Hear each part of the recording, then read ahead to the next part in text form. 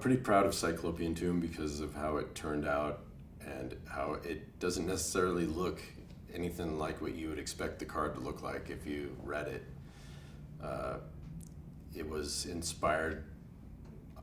I mean, on my way to a coffee shop, I stopped in a bookstore and I was looking through some graphic, books, and I started thinking it would be interesting to have something very solid depicted as if it were maybe woven, like a fabric or rattan or some kind of like lattice or something.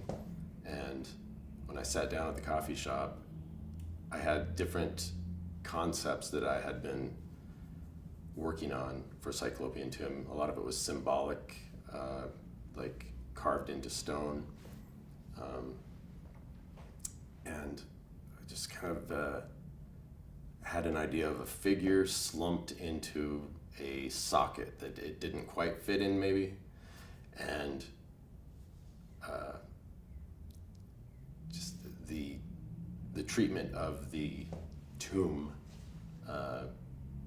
was maybe ancient and sort of a bit much for just the burial of one thing.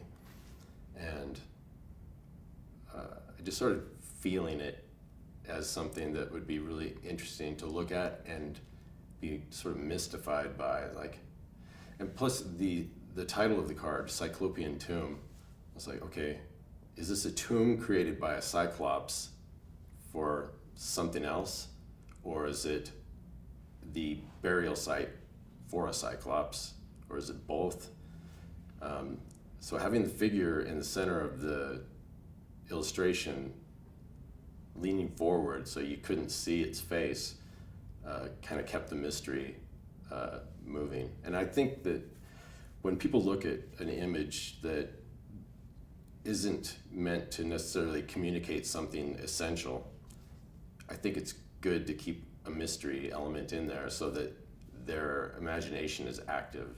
And sometimes people will ask me to explain something to them, and the way they ask me, and if I'm looking at them, and if I can see something in their face that tells me that this is really working on them, I might be like, yeah, I'm not going to tell them what it's about.